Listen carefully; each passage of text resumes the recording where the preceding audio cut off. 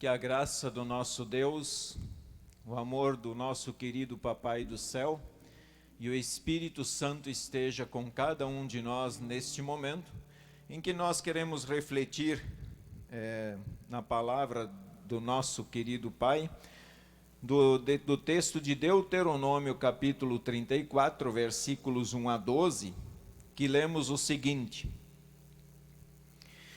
Então Moisés subiu das campinas de Moabe ao monte Nebo, ao alto do monte Pisga, que está em frente de Jericó. E o Senhor lhe mostrou toda a terra de Gileade até Dan, e todo Naftali e a terra de Efraim e Manassés, e toda a terra de Judá até ao mar ocidental, e o Neguebe e a campina do vale de Jericó, a cidade das palmeiras até a região de Zoar. E o Senhor disse a Moisés: Esta é a terra que sob juramento prometi a Abraão, a Isaque e a Jacó, dizendo que a daria à descendência deles. Estou permitindo que você a veja com os seus próprios olhos, mas você não entrará nela. Assim Moisés, servo do Senhor, morreu ali, na terra de Moabe, segundo a palavra do Senhor. Este o sepultou num vale na terra de Moabe, diante de Bet-peor, mas até hoje ninguém sabe o lugar de sua sepultura. Moisés tinha 120 anos quando morreu, mas os seus olhos não se haviam enfraquecido e ele não havia perdido o vigor. Os filhos de Israel prantearam Moisés durante 30 dias nas campinas de Moabe. Então se cumpriram os dias do pranto de luto por Moisés. Josué, filho de Num, estava cheio do espírito de sabedoria, porque Moisés havia imposto as mãos sobre ele. Assim os filhos de Israel lhe deram ouvidos e fizeram como o Senhor havia ordenado a Moisés. Nunca mais se levantou em Israel um profeta como Moisés, com quem o Senhor tratava face a face. Nunca houve ninguém que fizesse todos os sinais e maravilhas que, por ordem do Senhor, ele fez na terra do Egito, a Faraó, a todos os seus oficiais e a toda a sua terra. Nunca houve quem tivesse tanto poder e fizesse os grandes e terríveis feitos que Moisés realizou à vista de todo Israel. Esse é o nosso texto, irmãos, para a mensagem desta noite. E nós queremos meditar no tema viver e morrer como servo do Senhor. O que esse relato de Moisés tem a nos ensinar em pleno século 21? O que ele tem a nos mostrar? Porque ele usa um monte de nomes estranhos, cidades, lugares, e fala da morte de um homem de 120 anos. É interessante nós pensarmos sobre isso. O primeiro versículo diz assim: Então subiu Moisés. Ora, o que isso tem de importância, Moisés subir um monte? Quantos de vocês sobem uma montanha? Parece tão simples, né? Só que tem algo e um detalhe nessa subida de Moisés. Quando olhamos para o capítulo 32, 48 a 50, ali está escrito o seguinte: Naquele mesmo dia falou o Senhor a Moisés, dizendo: Sobe a este monte, e morrerás no monte, ao qual terás subido, e te recolherás ao teu povo, como Arão teu irmão morreu no monte Hor, e se recolheu ao seu povo. Olha o detalhe, você vai subir aquele monte, mas você não vai descer de lá. Se achamos que é tão pouca coisa, Imagine Deus, antes de vocês saírem de casa, terem falado para vocês: você vai participar do culto, você vai entrar no templo, mas de lá você não vai sair. Você viria? Moisés, diante do monte, ele sabia, ele olhou lá para cima e pensou: se eu vou subir, mas eu não desço mais. É o meu fim. A minha jornada aqui no mundo acabou. Um comentarista escreve o seguinte sobre Moisés: encerra-se aqui a primeira quarta parte do Antigo Testamento, quase do tamanho do Novo Testamento inteiro, toda escrita por um homem, Moisés. Que homem foi ele, tão íntimo com Deus, que obra a sua, que benfeitor da humanidade. 40 anos no palácio de Faraó, 40 anos refugiado em Midian, 40 anos como guia de Israel pelo deserto, livrou da servidão uma nação de umas 3 milhões de pessoas, transplantou-a de uma terra para outra, organizou para ela um sistema de jurisprudência em que se tem inspirado grande parte da civilização humana.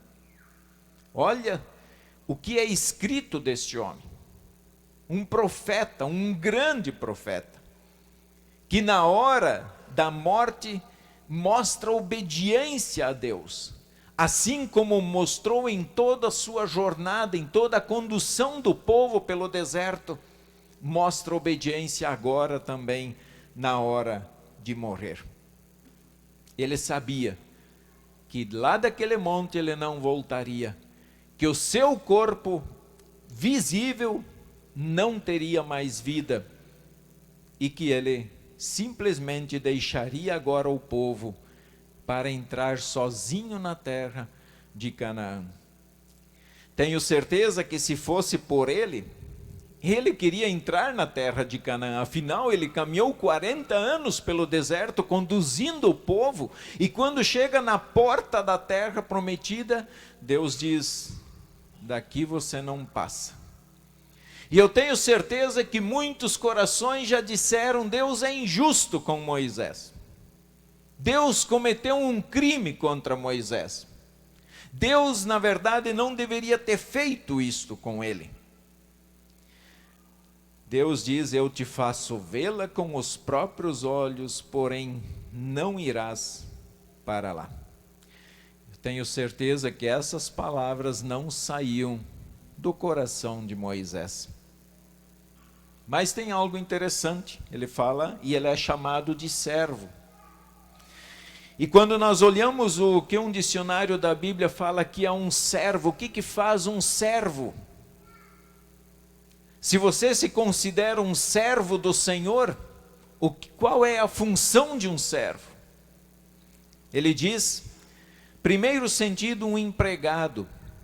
O empregado faz o que quer o seu patrão, ele segue ordens, ele segue uma norma. Segundo, ele é um escravo. Ele é um escravo, tem o sentido de ser escravo do Senhor. Trabalhar, dedicar a vida, consagrar o tempo, o coração, a alma para o seu Senhor. Terceiro, pessoa que presta culto e obedece a Deus. Pessoa que presta culto e obedece ao nosso Senhor. Isso é um servo. E olha, Moisés foi um servo que prestou culto a Deus em toda a sua vida. E como nós podemos afirmar isso? Porque mesmo depois que a filha do faraó o pega para criar, a sua própria mãe o educa, lhe dá uma educação do povo de Israel. Então ela ensina a Moisés os seus costumes, ensina quem é Deus, ensina a sua religião para ele. Moisés morreu servo do Senhor. Que bonita morte. Bonita morte. Morrer servo do Senhor.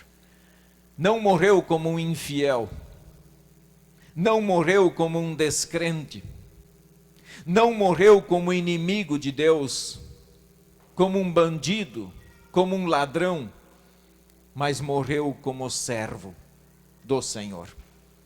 Bem-aventurada morte daquele profeta, feliz, porque ele não entrou na terra de Canaã aqui no mundo, mas ele entrou em algo muito mais especial, muito mais bonito, perfeito, na presença do Senhor. Moisés não entrou nesta terra, mas recebe de Deus uma herança que é fantástica. Uma terra muito melhor, a Nova Jerusalém.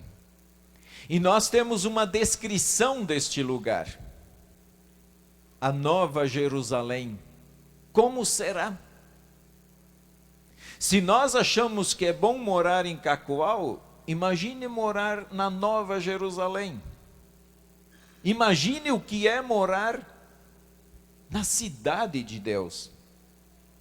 Nesta cidade, não há choro, não há mais miséria, não há mais brigas, como Moisés liderou o povo e várias vezes foi acusado por aquele povo. Moisés, diz o texto, se recolheu ao seu povo.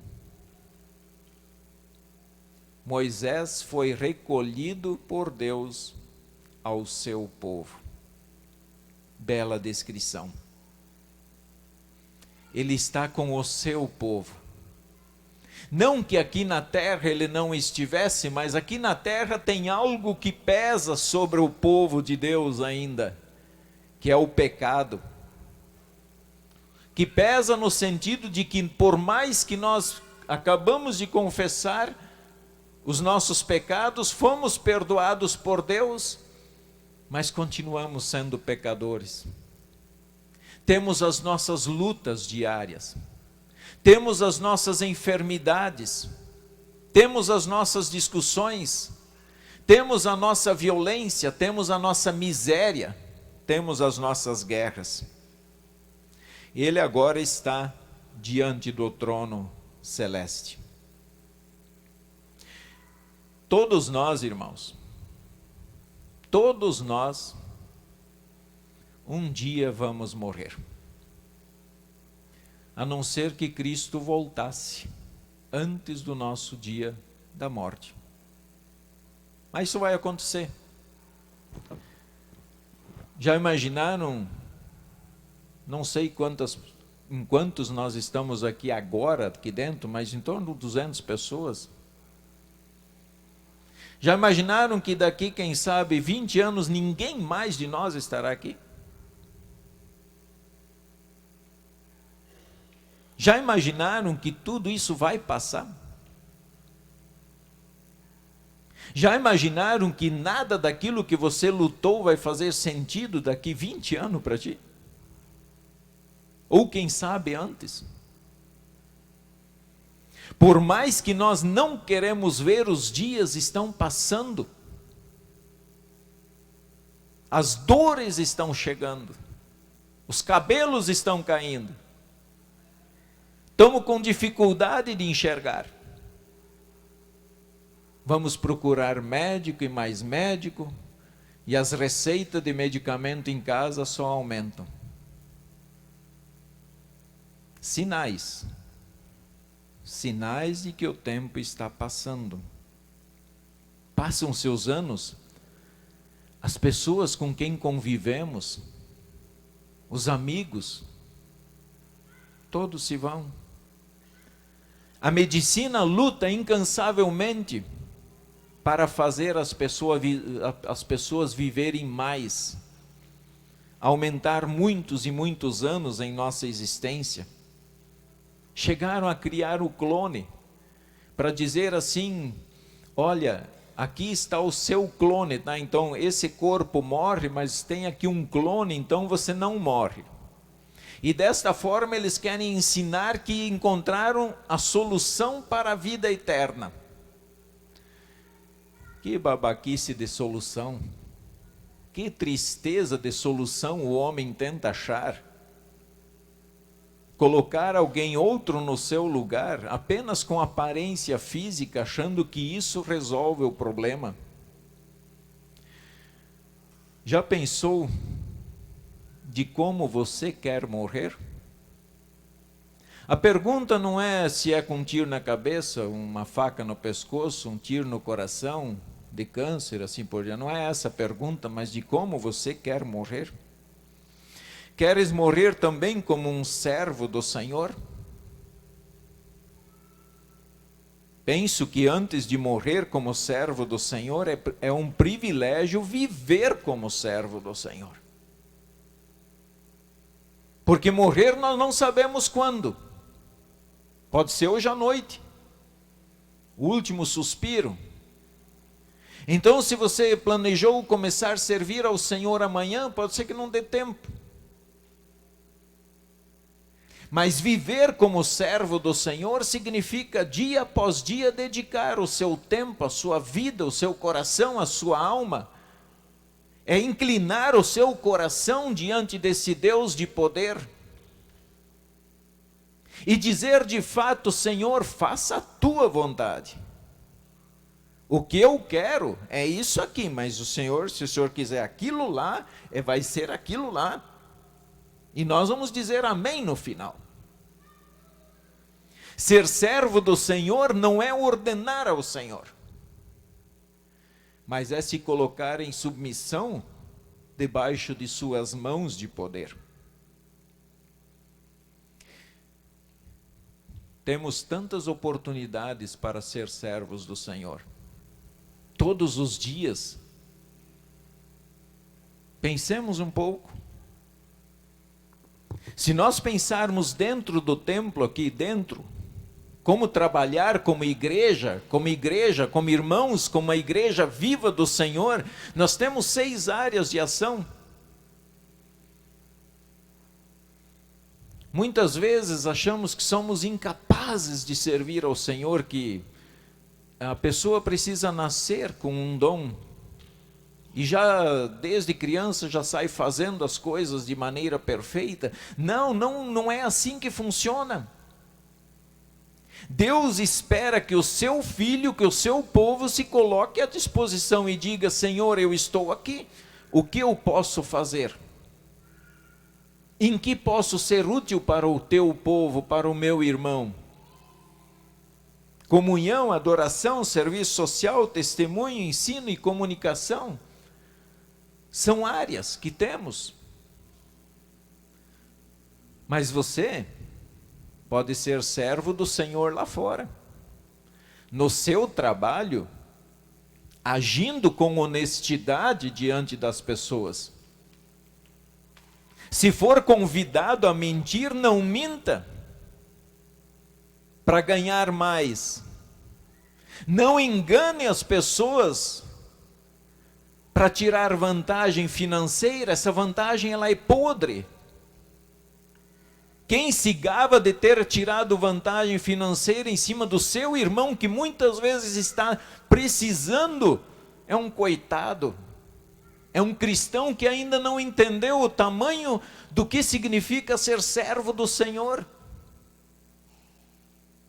E muitas vezes vemos grandes calotes por aí, como se tudo isso fosse normal. É normal para Satanás e seus anjos, mas não para o povo de Deus, não para um servo do Senhor.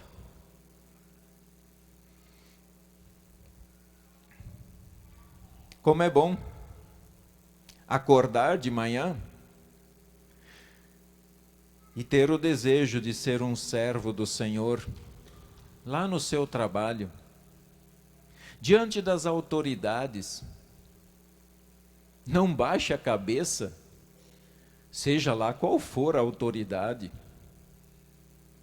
E eu digo para vocês, ninguém no mundo pode te proibir de falar de Jesus, ou de crer nele, ou de adorá-lo. Essa liberdade nós temos é de Deus. E nesse mundo aqui,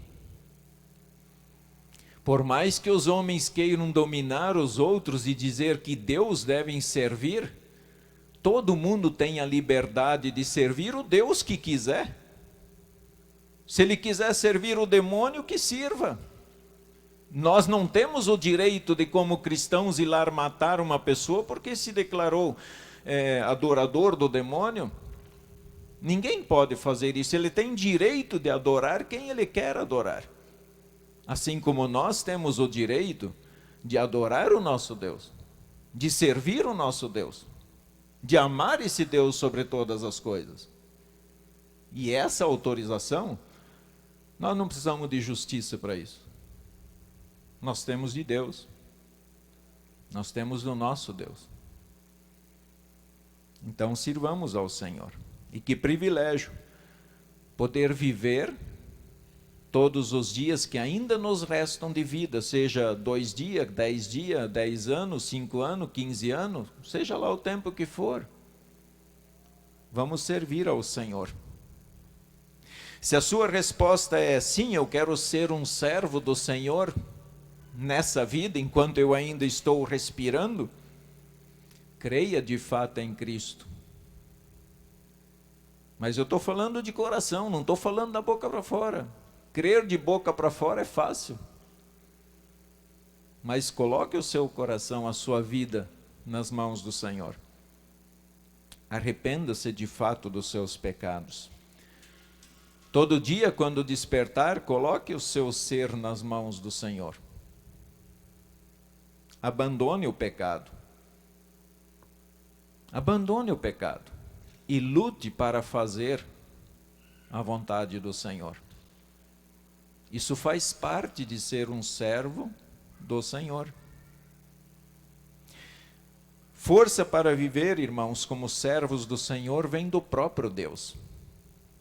Através do perdão, da palavra, da Santa Ceia que nós vamos receber aqui, é Deus que está dizendo: eu estou contigo, eu te fortaleço, eu te ajudo.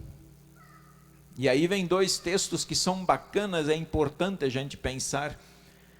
Jesus diz assim: falei essas coisas para que em mim vocês tenham paz.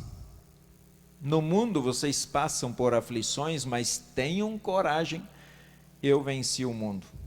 Também diz: não tema, porque eu estou com você. Não fique com medo, porque eu sou o seu Deus. Eu lhe dou força, sim, eu o ajudo. Sim, eu o seguro com a mão direita da minha justiça. Precisamos da força de Deus. Se vocês pensam que é fácil, a gente pensa, não é fácil. Ser servo do Senhor não é fácil. Tanto vocês como eu, nós precisamos do poder do Espírito para que habite em nós, para que nos dê coragem, para que nos dê força para enfrentar as lutas do dia a dia, como um servo do Senhor. Neste ano nós já tivemos alguns irmãos que partiram desse mundo. Só vamos pegar esse ano aí. Alguns lugares ficaram vazios. Tomara que não fiquem por muito tempo e que seja ocupado por um outro irmão que sente nesse lugar, porque os bancos não têm nome. Então, se está vago, chegue e sente. Pessoas que faziam parte da nossa congregação e da nossa paróquia. Eles não nos abandonaram, eles não queriam sair daqui. Mas eles ouviram a voz do bom pastor, que os chamou pelo nome. E quando esse pastor chama, nenhuma ovelha recusa o seu convite, e não há como recusar. Eles se juntaram ao seu povo, mas num lugar especial, num lugar de honra, diante do trono celestial. Morreram como servos do Senhor. Se juntaram com todos os santos que já partiram, com todos aqueles que foram lavados no sangue do Cordeiro e por isso receberam a coroa da vida eterna. Nós ainda continuamos aqui. Vamos seguir até onde Deus nos permite seguir. E esse final só Deus sabe. Então, enquanto Deus nos permitir, sigamos a nossa vida, mas como servos do Senhor. Na hora que Ele nos chamar, vamos continuar sendo servos do Senhor, mas lá em sua morada celeste. Ser servo do Senhor não significa que o túmulo parou de ser, lá no túmulo paramos de ser servos do Senhor. Vamos continuar na eternidade. Sabem por quê? Porque vivos ou mortos, nós somos do Senhor. Amém.